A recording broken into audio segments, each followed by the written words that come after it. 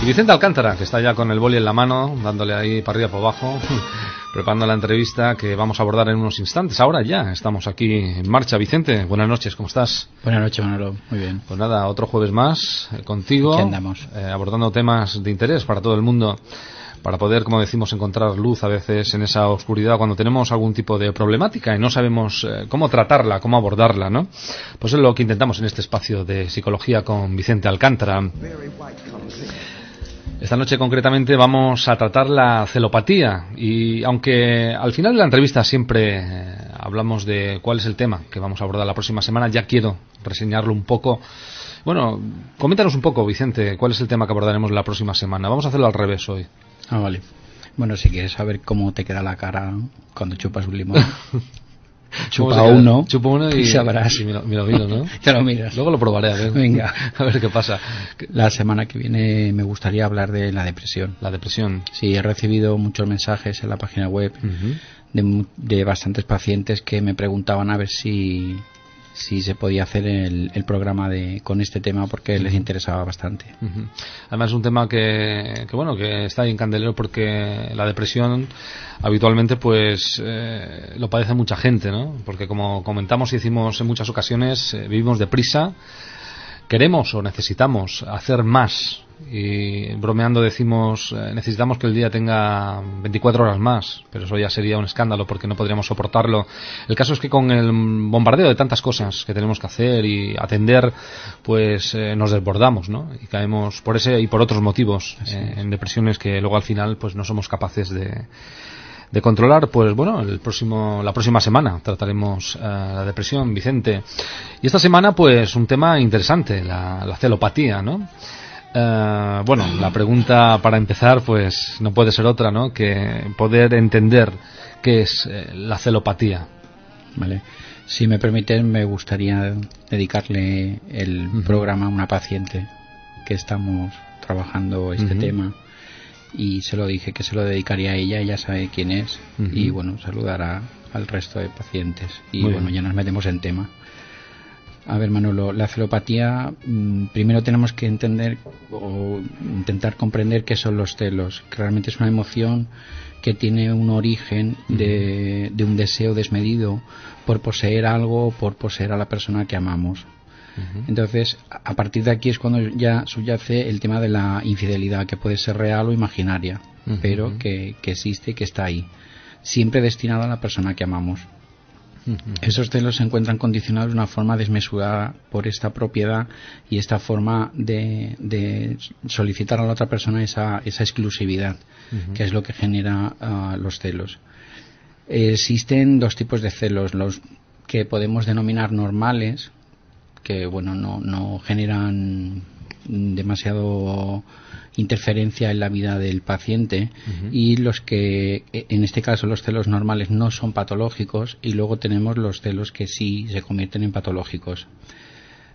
El tipo de celo tiene un valor adaptativo con el proceso evolutivo que tenemos cada uno de nosotros. Es decir, cuanto más mayores vamos pasando, es posible que vayamos teniendo una sensación de más emoción hacia los celos. Por lo tanto, la celopatía es simplemente el hecho de sufrir celos de una forma patológica y que genera malestar al paciente o a la persona que los sufre. ¿Y es fácil poder diferenciar los celos, los diferentes celos? No. Es difícil porque hay una línea muy estrecha que se puede pasar de un campo a otro, desde cuando son los celos normales o los celos patológicos. Los celos son también conocidos, por ejemplo, como el síndrome de Otelo, por la famosa obra de Shakespeare. También cuando hablamos de celos a nivel psicológico también hablamos de un síndrome de Otelo. Es por si los oyentes oyen alguna vez este término, que sepan que se están refiriendo a una celopatía. Los celos se vuelven anormales cuando son intensos. Es decir, cuando se tienen ataques de celos y son constantes, que no se pueden controlar. Cuando se traspasa esta línea que he mencionado anteriormente y no se puede manejar ni resolverlos, es cuando se convierten en celos patológicos. Con lo cual, como observas, hay una línea demasiado delgada para poder diferenciar entre desde cuándo son patológicos, pero como punto de referencia lo importante es ver que no se controlan y que son desproporcionados, sobre todo las reacciones posteriores. Pero bueno, en cualquier caso, ¿presentan algún rasgo característico? Sí, las personas que padecen celos tienen dos aspectos básicos. Aparece una serie de pensamientos o de sentimientos relacionados con la posible infidelidad de la pareja, y estos pensamientos se disparan como consecuencia de una serie de estímulos que en sí mismo no demuestran la existencia de la infidelidad. ¿Me explico? Es decir, no tienen por qué tener muestras, simplemente se lo creen o lo piensan de una forma irreal, entonces piensan que es real. Y el segundo aspecto, surge una serie de comportamientos, de auténticos rituales que van destinados y dirigidos completamente a comprobar la veracidad de la sospecha que tiene la persona. Es decir, pueden revisar ropa, bolsillos de los abrigos, averiguar dónde está, hacer llamadas constantes al trabajo, Facebook, WhatsApp, móviles, todo esto que invade la privacidad de la pareja, pero que en muchos casos la persona que padece celos invade esa privacidad, es decir, llega incluso a coger el móvil y a leerse el WhatsApp, que evidentemente eso no es conveniente hacerlo. La persona que sufre los celos posee una notoria inseguridad a nivel personal, un sentimiento este sentimiento de posesión del otro llega a confundirlo y a verlo como una posesión. Entonces no tenemos que confundir amor con posesión, no tiene nada que ver una cosa con otra. Presenta una alta ansiedad a perder a la persona amada y una gran inestabilidad emocional. Eso es una de las principales características que tienen las personas que padecen celos. ¿Existen tipos de celos? ¿Cuántos tipos de celos podría haber? Tipos hay 3. O sea, clasificados a nivel psicológico hay 3. Los pasionales, los obsesivos y los delirantes. Y los delirantes los podemos dividir en trastornos delirantes, por alcoholismo o por depresión. Pero bueno, a estos últimos, a los celos delirantes, prácticamente no simplemente voy a hacer referencia, no voy a hablar en el programa. Bueno, esto de los celos es increíble, ¿no? Es complejo, ¿eh? Es complejo. Es una terapia complicada, prolongada en el tiempo, y que en muchos casos, en la mayoría de los casos, cuando se empieza a rascar y cuando se empieza a trabajar, los pacientes suelen abandonar. Es muy frecuente. Veo que está relacionado un poco con esa falta de autoestima, ¿no? Un tema que tratamos en una ocasión, sí. ¿no? ¿Cómo son esos celos patológicos que nos nombrabas, Vicente? Estos celos son los que más atención literaria han recibido, es decir, multitud de películas, multitud de libros hacen referencia a los celos patológicos. Hace poco tiempo que se han establecido unos criterios de diagnóstico a nivel psicológico para poder evaluarlos. Se pueden generar de diferentes formas. Por ejemplo, los celos de crianza, cuando se está criando un niño, que pueden padecer celos la madre del niño o el niño de la madre, en este caso no son celos patológicos. Estos celos desaparecen con el tiempo. Sin embargo, los celos sexuales siempre son mal afectados, nunca se llevan bien, con lo cual pueden constituir un problema considerable en la pareja. Es un problema que curiosamente aparece la mayoría de las veces con el sexo femenino.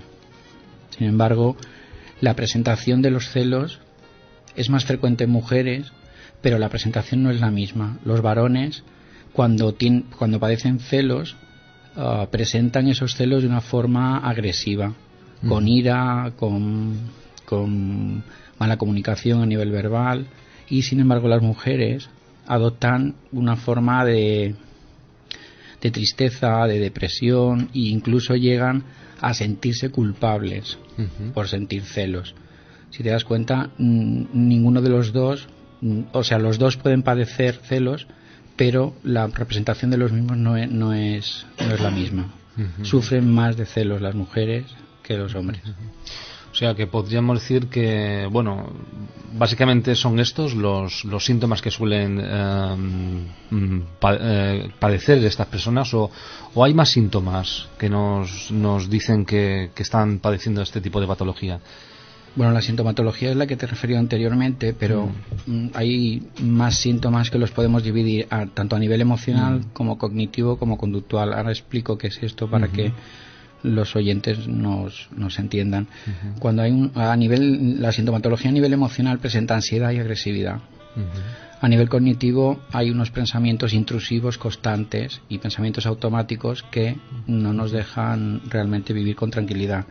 Y a nivel conductual se realizan demandas de seguridad o situaciones que tranquilicen esa sensación de malestar cuando se generan los celos, que se vuelven a repetir otra vez lo que he dicho anteriormente, lo de las conductas comprobatorias, que siempre van encaminadas siempre a buscar que lo que están pensando realmente es verdad.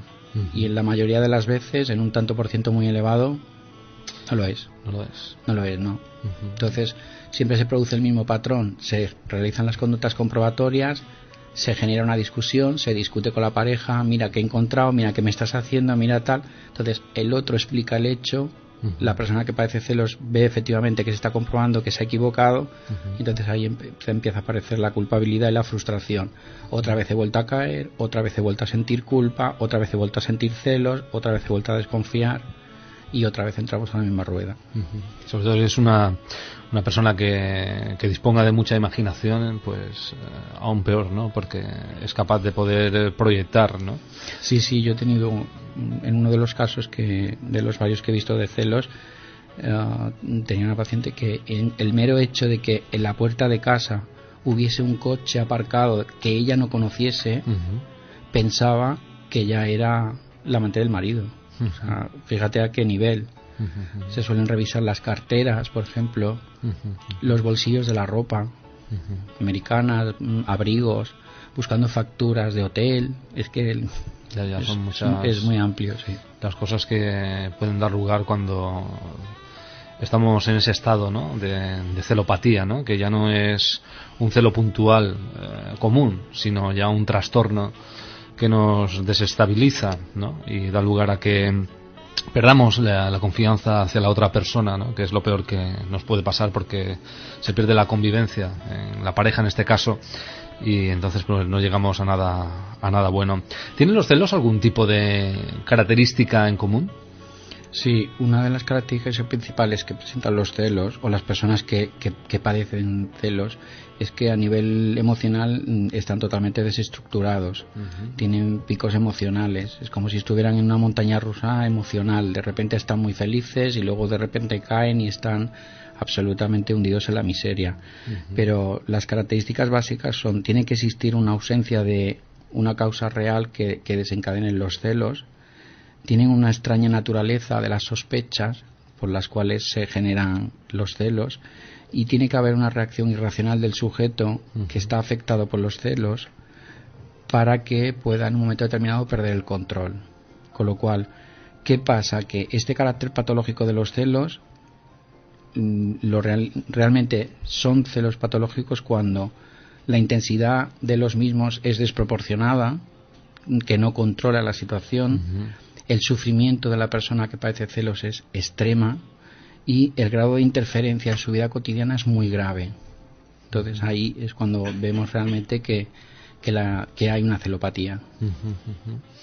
Y bueno, esta pregunta que te voy a formular es interesante, y seguramente que muchos de los que nos están escuchando y ya saben que padecen esa celopatía o están descubriendo esta noche que pueden que la estén padeciendo. Y es la siguiente: ¿cómo detectamos que somos celosos, ¿no? Para la persona que padece celos sabe que es celosa. Otra cosa es que lo reconozca. ¿Vale? Normalmente la persona que padece celos, cuando llega a la consulta, llega normalmente porque la mujer lo ha convencido, y cuando llega lo primero que te dice es: mira, yo no creo en psicólogo, ella es la celosa. Es el típico caso puntual, ¿no? Entonces, desde una perspectiva psicopatológica, para saber que se trata de un trastorno, tiene que existir una creencia irracional que puede presentarse de tres formas. Es decir, tiene que haber un arrebato o una obcecación con el tema de los celos. En los ataques tienen que ser como un arrebato, como algo explosivo. Hay una obsesión cuando hay ese arrebato o esa obcecación por el tema de los celos, nos estamos refiriendo concretamente a celos pasionales, ¿vale? Cuando realmente los celos son obsesivos, estamos hablando de celos obsesivos. Y cuando ya hay una forma delirante o que no es no se presenta esa obsesión, sino que la sobrepasa, es cuando estamos hablando de los celos de delirio por celos.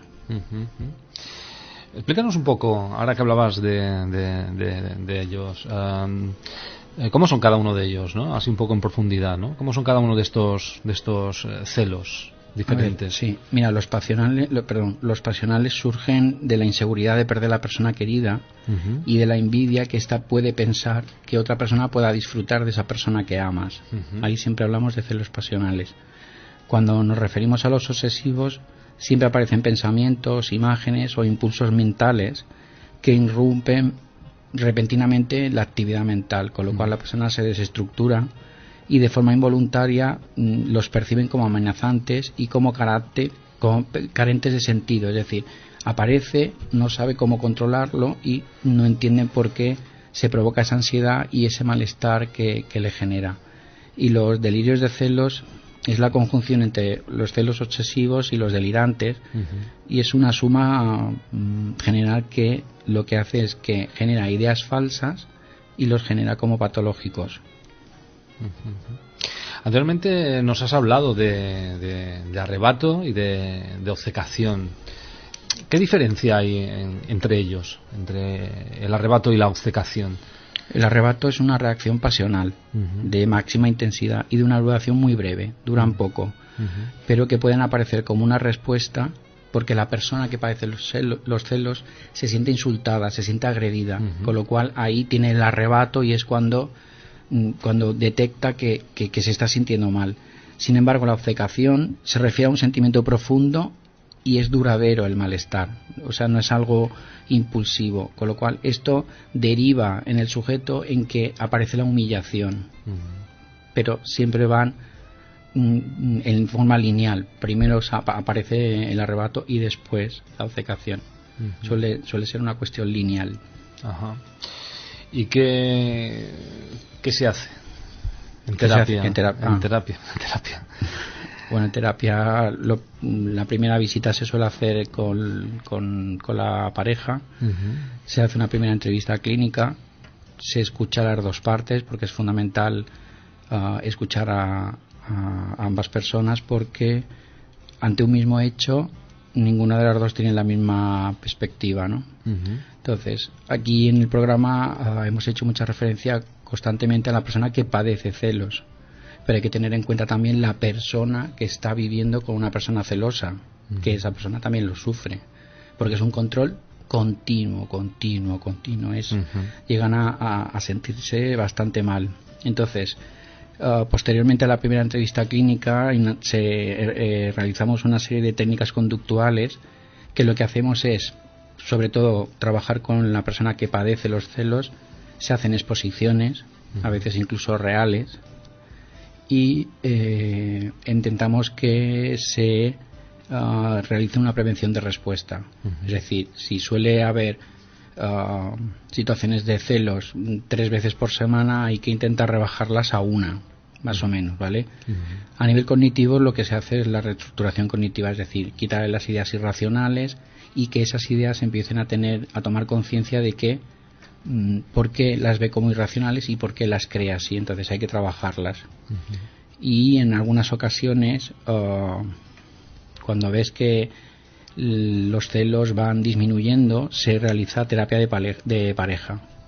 Entonces se trabaja habilidades de comunicación, resolución de problemas e incluso a veces terapia sexual, porque los celos a veces generan también malestar a la hora y alteraciones en las relaciones sexuales en la pareja. Es increíble, ¿eh? Los celos, es un tema complejo, lo que pueden suponer. ¿Te has encontrado alguna vez en tu gabinete, Vicente, 2 personas a tratar esta sintomatología, una pareja, por ejemplo, ¿no? Y bueno, entre ellos empiezan a hablar, como tú bien dices, uno dice que es cosa del otro, en fin, no llegan a un acuerdo. ¿Cuál es la situación, ¿no?, que se produce ahí? ¿Cómo lo vives tú eso? A ver, me he encontrado realmente con situaciones bastante desagradables.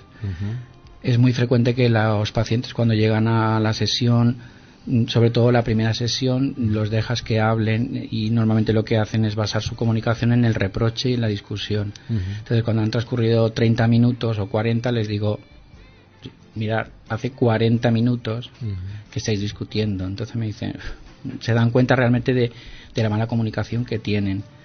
Entonces, ¿qué es lo que se suele hacer? Ellos siempre intentan implicarte como profesional para que te pongas de parte de uno o del otro. Entonces, nuestro trabajo precisamente es de ser totalmente imparciales, de ayudar a la persona que sufre la patología y ayudar a la persona que está sufriendo con la persona que padece los celos, de que se establezca una mejor relación. Entonces, esto es un consejo que doy, que es muy práctico pero que es muy efectivo, que es que tanto para las personas que lo sufren, los celos, como para las personas que viven con una persona celosa, una de las cuestiones importantes que hay que hacer es, por ejemplo, te pongo un ejemplo. Imagínate que estás en el sofá con tu pareja y estás con el WhatsApp, situación típica. Entonces, ella o él ve que estás whatsappeando. Entonces, de repente lo que quiere es ver con quién whatsappeas, qué estás haciendo, deja el móvil, con quién estás, qué haces.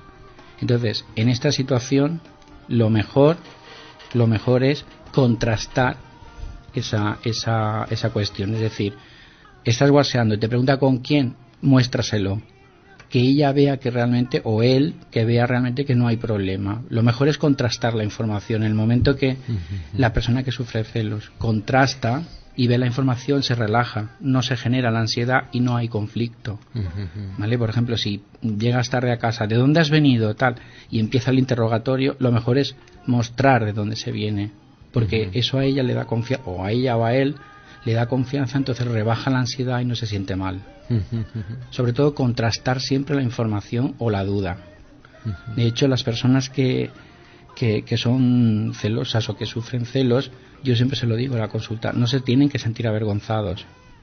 Simplemente es una patología que se puede modificar, pero que no hay que sentir vergüenza por ser celoso. Hay muchas personas que lo padecen y lo padecen en silencio. Es decir, cuando llegan a la consulta realmente sufren del sentimiento que les genera y de hacer sufrir a la persona que está con ellos, porque además los aman. ¿Es posible visualmente poder pensar si alguien puede ser celoso? ¿Hay alguna característica visual? Visual no. No hay, ¿no? No, porque tienes que ser muy bueno a nivel de comunicación no verbal para detectar si una persona es celosa o no. Una situación puede ser pues que haya una pareja que uno de los dos sienta celos y coja al otro o se lo arrime a él, o eso sí, pero vamos, tienes que estar demasiado pendiente en la situación para poder observarlo. No, te lo decía porque no sabía si a lo mejor aquí en esta sala estamos todos, había algún celoso y se lo está callando, ¿eh? No he dicho nada. Bueno, ¿qué consejo nos das para poder abordar esta patología? Porque claro, no estamos hablando ya solamente de un celo propiamente dicho, de algo normal, puntual, ¿no? Celopatía hace referencia precisamente a eso, a una patología. Exacto. Que es ya pues lo que podríamos denominar como una especie de enfermedad, ¿no? De padecer, ¿no? Algo como es el celo, ¿no? Un trastorno. ¿Qué consejo nos darías para poder abordar esto? Y sobre todo hay una cosa que te quería preguntar, y era que muchas de las personas que nos están escuchando y están padeciendo esta celopatía, o a lo mejor a partir de esta noche se dan cuenta de que padecen esa celopatía, estarán pensando, ¿podré algún día salir de esto? ¿Podré superarlo, no? Sí, sin duda. A ver, voy a ser muy realista y muy directo. Los celos se sufren siempre. Lo que se trata con la terapia es de mantenerlos a raya y que no genere malestar, ni para la persona que los padece ni para la otra persona. Es decir, una persona que es celosa lo va a ser siempre, pero lo que no tiene que hacer es sufrir por celos. Entonces, en la terapia lo que se trata precisamente es de enseñarle a mantenerlos a raya y a que no pueda haber arrebatos, discusiones y toda esta serie de circunstancias que se generan cuando se padecen los celos. Los celos es una forma cruel de anular a la otra persona y de fastidiar la relación. Entonces eso no es muy bueno. Consejo: la relación tiene que estar principalmente basada en la confianza con el otro.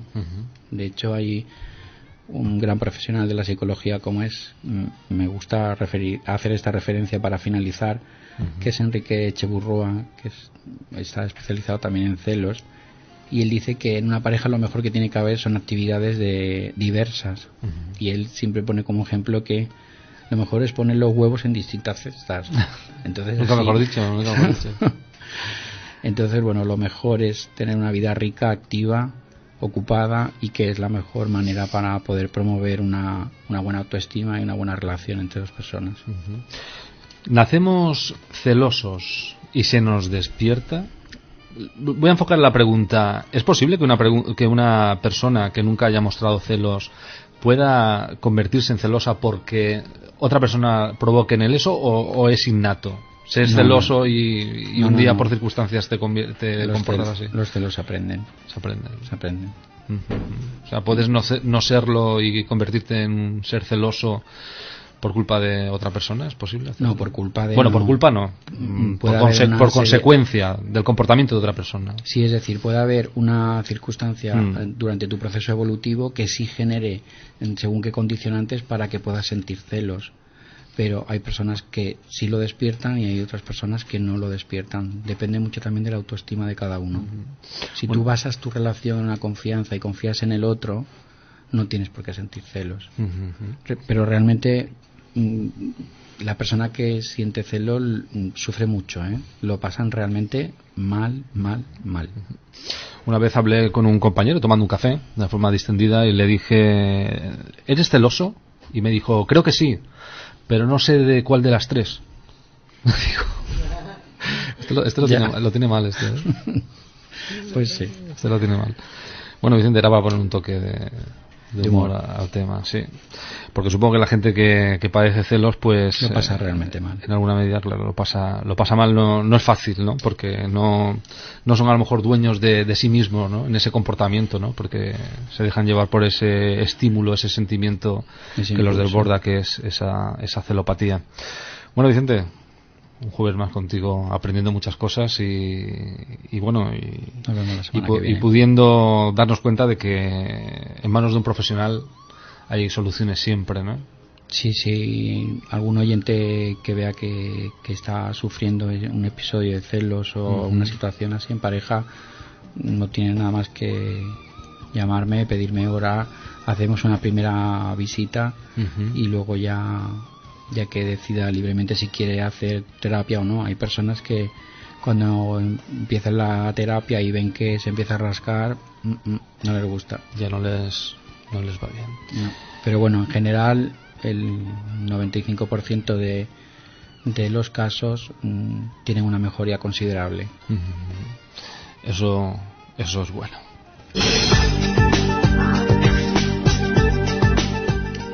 Esta noche y tú.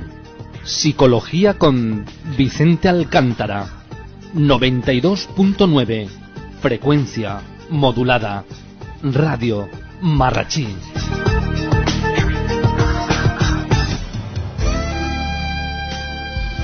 Bueno, Vicente, pues lo dicho, nos encontramos el próximo jueves. Vamos a tratar la depresión.